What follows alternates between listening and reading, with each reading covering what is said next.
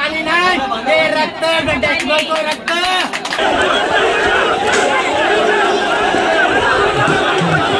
मोरबे धरणग्रस्त यांचं 27 जून रोजी मोरबे धरणावर आंदोलन सुरू झालं होतं। आता पुन्हा एकदा मोरबे धरणग्रस्त आंदोलनाची सुरुवात मोरबे धरणाच्या समोर झाली असून हे आंदोलन यशस्वी करण्यासाठी सर्व प्रकल्पग्रस्त एकवटले होते। 3 दिवस लोकशाही मार्गाने आंदोलन सुरू होतं। याची दखल घेतली न गेल्याने 3 दिवसांनंतर आमरण उपोषणाला सुरुवात झाली। अखेर संतप्त प्रकल्पग्रस्तांनी नवी मुंबईला जाणारा पाणी पुरवठा बंद करण्याचा इशारा दिला होता। त्यामुळे 8 गावं आणि 7 आदिवासी गावांतील सर्व प्रकल्पग्रस्त तरुण, स्त्रिया, वयस्कर यांनी आंदोलनस्थळी येत एकच लढा उभारला। नवी मुंबईला पाणी पुरवठा करणाऱ्या चौक मोरबे धरणासाठी जमीन संपादित करताना शासनानं जी आश्वासनं दिली होती ती पाळली नाहीत।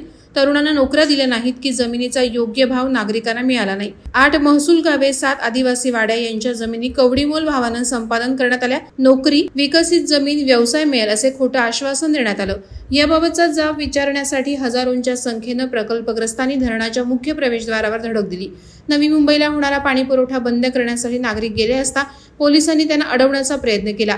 पोलिसांचं कड तोडून आंदोलनकर्त्यांनी मुख्य प्रवेशद्वारावर धडक देत दगडाने गेट तोडण्याचा प्रयत्न केला। कुलूप तोडून गेटवर चढून त्यांनी गनिमी काव्याने धरणाच्या भिंतीवरून आत शिरून पाणी पुरवठा करणाऱ्या जॅकवेलचा गेट तोडला आणि पंप हाऊसचा ताबा घेतला।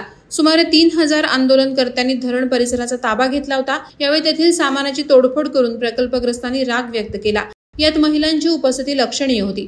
न्याय मिळाल्याशिवाय हटणार नसल्याची घोषणाबाजी यावेळी मोरबे धरणग्रस्तांनी केली। खालापूर तहसीलदार आयुब तांबोळी, उपविभागीय पोलीस अधिकारी विक्रम कदम यांनी प्रकल्पग्रस्तांची समजूत काढून त्यांना घरी परतण्याची विनंती केली। मात्र जागेवरून हलणार देखील नाही असा पवित्रा आंदोलनकर्त्यांनी घेतला। उपविभागीय अधिकारी अजित नैराळे, नवी मुंबई महानगरपालिका यांचे अधिकारी हे घटनास्थळी यावेळी हजर होते। हे आंदोलन यशस्वी होईल अशी खात्री आंदोलनकर्त्यांना आहे। गेली 34 वर्ष मोरबे धरणग्रस्त कृती समितीच्या माध्यमातून आपल्या न्याय हक्कांसाठी लढा दिला जात आहे। महिला भगिनींची उपस्थिती दर्शनीय होती।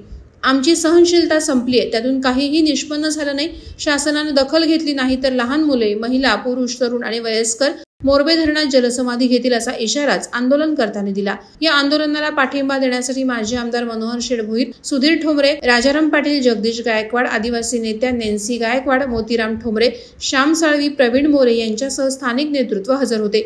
वादळवारा लाईव्हसाठी अर्जुन कदम यांच्यासह राकेश खराडे, खालापूर। नवी मुंबई व रायगड जिल्ह्यातील ताज्या बातम्या आणि घडामोडींसाठी सबस्क्राईब करा वादळवारा लाईव्ह चॅनल आणि दाबा बेल आयकॉन।